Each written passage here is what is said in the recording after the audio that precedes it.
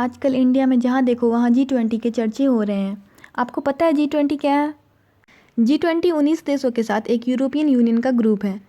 इन group में वो देश शामिल होते हैं जो इकॉनमी के मामले में दुनिया में टॉप पर हैं। अगर इन देशों की बात करें तो इनमें France, Indonesia, Italy, Korea, Germany, India, Mexico, Australia, Brazil, Canada, China, Russia, Saudi Arabia, south Africa, Argentina, Turkey, UK, Japan, America और यूरोपीय यूनियन शामिल है, जिसमें अलग अलग देशों के top leaders, prime minister, finance minister आदि शामिल होते हैं।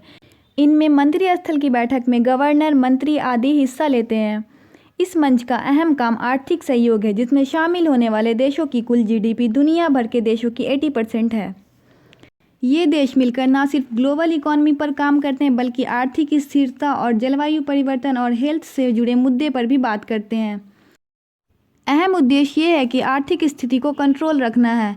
ये सम्मेलन इसलिए भी अहम है क्योंकि दुनिया का 75% फॉरेन ट्रेड्स और 60% पॉपुलेशन इन देशों में ही आती है। ऐसे में कहा जा सकता है कि दुनिया की शक्ति G20 देशों के पास ही है।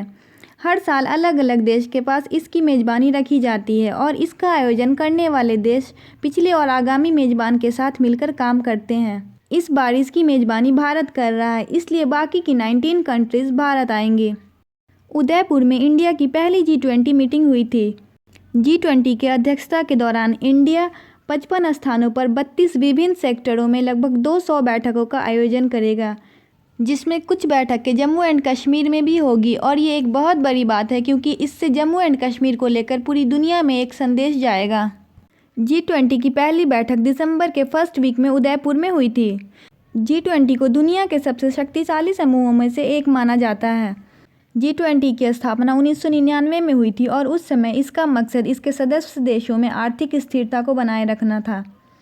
और इसी वजह से तब G20 के जो समिट हुआ करते थे उसमें इन देशों के राष्ट्राध्यक्ष शामिल नहीं होते थे, लेकिन 2008 से परंपरा बदल गई और अब हर साल इस समूह की तरफ से एक वार्षिक सम्मेलन होता है, जिसमें इन सभी 20 देशों के राष्ट्र प्रमुख शामिल होते हैं। G20 समिट में ये सारी कंट्रीज़ मिलकर taxes, subsidies, employment, health care, anti terrorism और क्लाइमेट चेंज जैसे मेजर ग्लोबल इकोनॉमिक इश्यूज़ पर डिसीजन लेंगे। इंडिया की ग्रोथ के लिए ये बहुत बड़ी अपॉर्चुनिटी है और इंडिया ने ऑलरेडी UAE, स्पेन, ओमान और सिंगापुर जैसे कंट्री को समिट में इनवाइट किया है। इससे इंडिया पूरे वर्ल्ड को अपना रियल पोटेंशियल दिखा सकता है। G20 समिट के चलते इंडिया में इंफ्रास्ट्रक्चर डेवलपमेंट 10 गुना ज़्यादा स्पीड से हो रहा है। ये है G20 समिट के बारे में कुछ छोटी छोटी बातें।